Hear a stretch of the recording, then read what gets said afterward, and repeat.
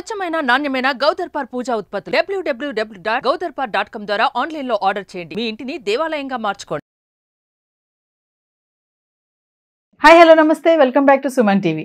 ప్రస్తుతం మనతో ఉన్నారు కామేశ్వరి మేడం. మరి ఈ రోజు మేడం మనకి ఏం కథ చెప్తున్నారు, మీతో పాటు నేను కూడా వినడానికి రెడీగా ఉన్నాను. మేడంతో మాట్లాడదాం. నమస్తే మ్యామ్. నమస్తే నవీన గారు. మేడం మీరు ఏం కథ చెప్తున్నారు? మరి మీ స్మైలీ ఫేస్ నాకు అర్థమైపోతుంది, ఏదో హాస్యపు కథలు ఉంటాయి అనుకుంటున్నాను. ఏం కథ చెప్తున్నారు? హాస్యపు కథ కాదండి, శ్రావణ మాసం కదా. శ్రావణ మాసం కాబట్టి మొన్నంతా మనము మంగళగౌరి అని, తర్వాత వరలక్ష్మీదేవి అని, తర్వాత గరుడ పంచమని ఇలా చెప్పుకుంటూ వస్తున్నాం కథలు. సో ఈ మాసంలో కృష్ణుడికి కూడా చాలా ప్రాముఖ్యత ఉంది కదా. అందుకని ఈరోజు మనం ఒక చిన్న కృష్ణుడి కథ చెప్పుకుందాం. కృష్ణుడు భాగవతం టైంలో, అంటే భాగవతం గడిచినప్పుడు ద్వాపర యుగంలోనే కాకుండా ఈ కలియుగంలో కూడా కృష్ణుడి లీలలు కంటిన్యూ అవుతూ వచ్చాయి మనకు, అవునా? సో కలియుగం వచ్చిన తర్వాత కూడా ఎన్నో లీలలు జరిగాయి. అందులో ఒక చిన్న లీల, స్వామి లీల చెప్పుకుందాం ఈరోజు. సాక్షి గోపాలుడు ఒక కాంచీపుర పట్టణంలో, కాంచీపుర పట్టణం అంటే తెలుసు కదా, కాంచీపుర పట్టణంలో ఒక గ్రామంలో ఒక ధనికుడైన బ్రాహ్మణుడు ఉండేవాడు. ఆయన పేరు రాఘవ శర్మ. అదే పట్టణంలో ఒక పేదవాడైన ఒక యువకుడు ఉండేవాడు.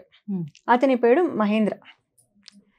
ఈ మహేంద్ర తర్వాత ధనికుడైన రాఘవ శర్మ అనుకోకుండా ఇద్దరు ఒకసారి కాశీ ప్రయాణం కట్టారు. అంటే చిన్న ఊర్లు కదండి, అందులో అప్పట్లో దాదాపు ఎప్పుడు 11వ శతాబ్దంలోనో ఎప్పటి కథం అనమాట ఇది. అప్పట్లో ఎలా ఉండేది, ఒక ఊర్లో ఎవరైనా కాశీకి వెళ్తున్నారు అంటే అంత దూరం అది అందరికీ తెలిసిపోతుంది ఎవరు వెళ్తున్నారు ఒక ఊరు నుండి అనేది. సో అలాగే ఈ ధనికుడు రాఘవ శర్మ, అందులోనూ ఈ అబ్బాయి యువకుడైన మహేంద్ర బయలుదేరారు. ఈ మహేంద్ర పేదవాడే కాదు, అతనికి ముందు వెనక కూడా ఎవరు లేరనమాట, తల్లిదండ్రులు ఎవరు లేరు. వీళ్ళిద్దరూ ప్రయాణం సాగిస్తూ ఒకరితో ఒకరు మాట్లాడుకుంటూ బయలుదేరారు. అప్పుడంతా కాలినడకనే వెళ్ళేవాళ్ళు, ఏ క్షేత్రానికి వెళ్ళాలి అన్నా. అలా వెళ్తూ ఉంటే దారిలో కొంత దూరం వెళ్ళిన తర్వాత ఈ ధనికుడైతే ఎవరున్నాడో రాఘవ శర్మ, అతనికి మసూచి సోకింది. అంటువ్యాధి మసూచి సోకిందంటే అసలు ఎవరు దగ్గరికి కూడా పోరు. అలాంటి సమయంలో రాఘవ శర్మకు ఈ మహేంద్రుడు ఉన్నాడు కదా, యువకుడు పక్కనే ఉన్నాడు.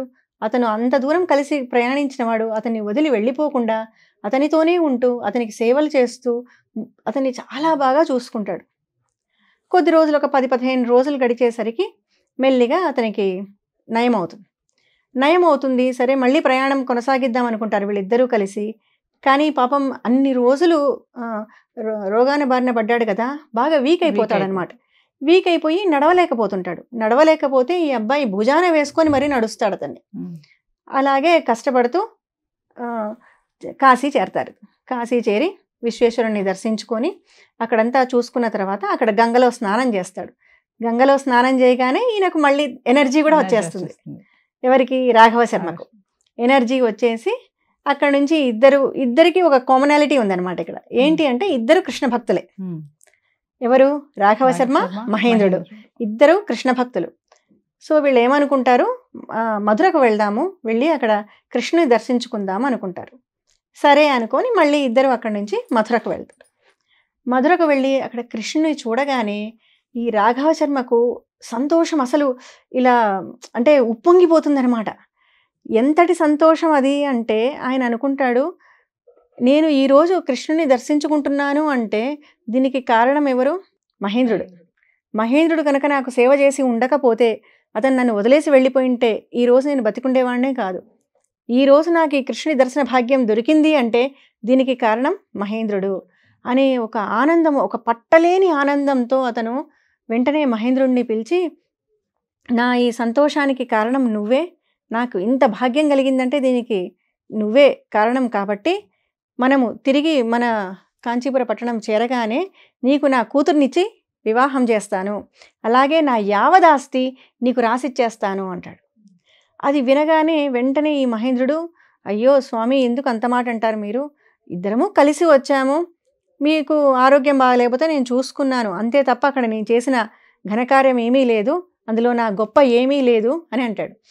చాలా మంచివాడి అబ్బాయి అని అనేసరికి, లేదు అట్లంతా కాదు, పైగా మీరేంటి, మీరు ధనవంతులు, నాకు ఎవరూ లేరు, ముందు వెనక కూడా ఎవరు లేరు, డబ్బే కాదు మనుషులు కూడా లేరు కనీసం నా తరపున అంటాడు. అయినా కూడా ఒప్పుకోడు.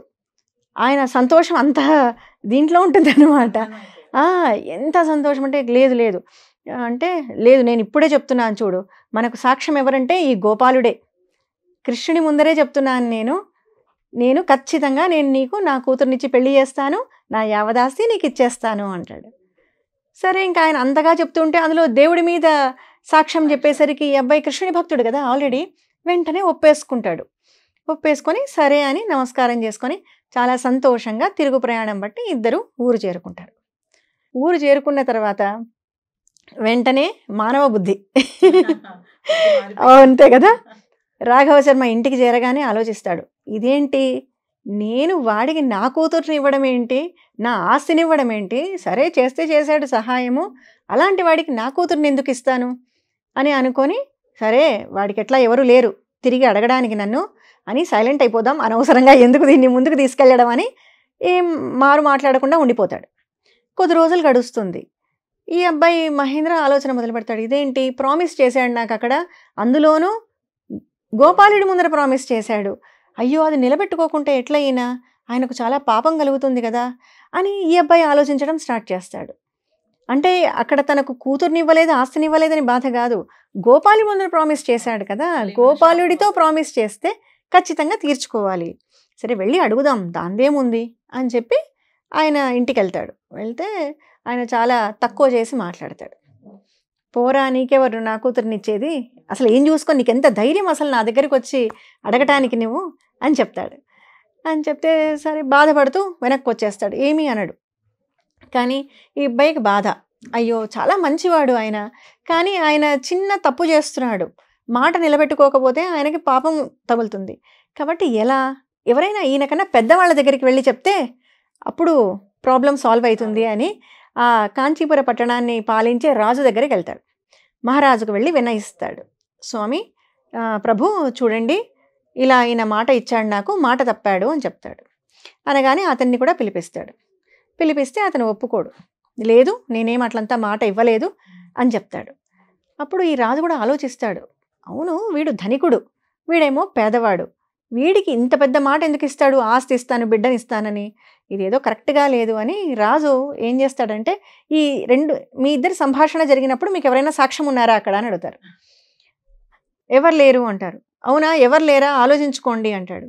అంటే ఈ మహేంద్రుడు వెంటనే ఉన్నాడు, గోపాలుడు ఉన్నాడు అని చెప్తాడు. అయితే ఆయన్నే తీసుకురా, శ్రీకృష్ణుడినే తీసుకొనిరా నువ్వు, అప్పుడు నేను ప్రాబ్లం సాల్వ్ చేస్తాను అంటాడు. వెంటనే అక్కడి నుంచి హుటాహుటిన ఈ మహేంద్రుడు బయలుదేరి మళ్ళీ మథురకు బయలుదేరతాడు. కాలినడకన బయలుదేరి అక్కడ చేరతాడు. చేరి స్వామిని ప్రార్థిస్తాడు, ఏమిటి స్వామి ఇది, నీ ముందరే కదా జరిగింది ఇదంతా, ఇప్పుడైనా ఏమో ఆయన ఒప్పుకోవట్లేదు, నువ్వు వస్తే కానీ వాళ్ళు వినడం అంటున్నారు, కాబట్టి నువ్వు ఎలాగైనా రావాలి అని ఆయన ప్రార్థించి అక్కడ ఆ ద్వారం దగ్గరే పడుకొని నిద్రపోతే కలలో శ్రీకృష్ణుడు దర్శనమిస్తాడు. నువ్వు బయలుదేరి వెళ్ళు, నేను నీ వెనకాలే వస్తాను, కానీ నువ్వు వెనక్కి తిరిగి నన్ను చూడకూడదు, నువ్వు నన్ను వెనక్కి తిరిగి చూస్తే నేను శిలైపోతాను, వెనక్కి తిరిగి చూడకుండా బయలుదేరు, నేను వచ్చి నీకు సాక్ష్యం చెప్తాను అంటాడు.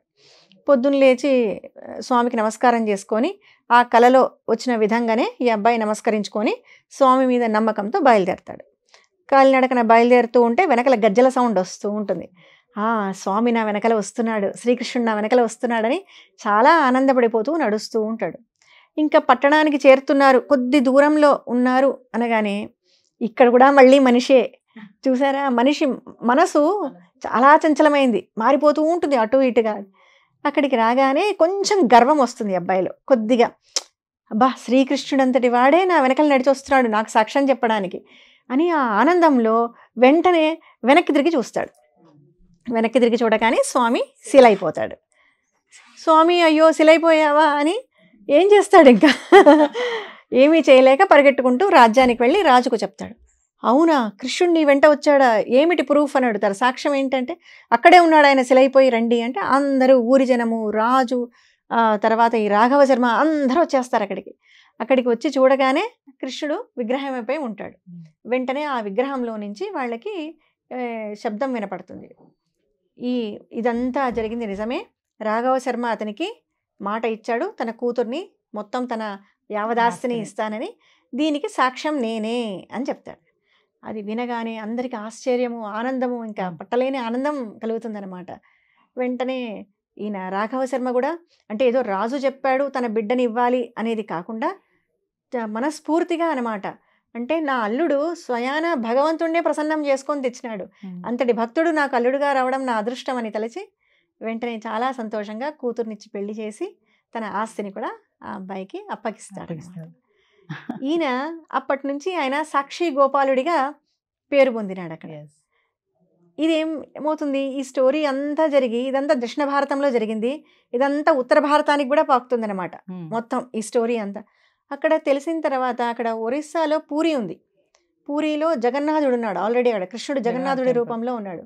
అప్పుడు పూరిని పాలించే మహారాజు పురుషోత్తముడు, ఆయన ఈ విషయం తెలుసుకొని ఆయన కూడా కృష్ణ భక్తుడు, ఆయన ఇక్కడికి వచ్చి ఈ కాంచీపురం మహారాజు కూతుర్ని పెళ్లి చేసుకుంటాడు.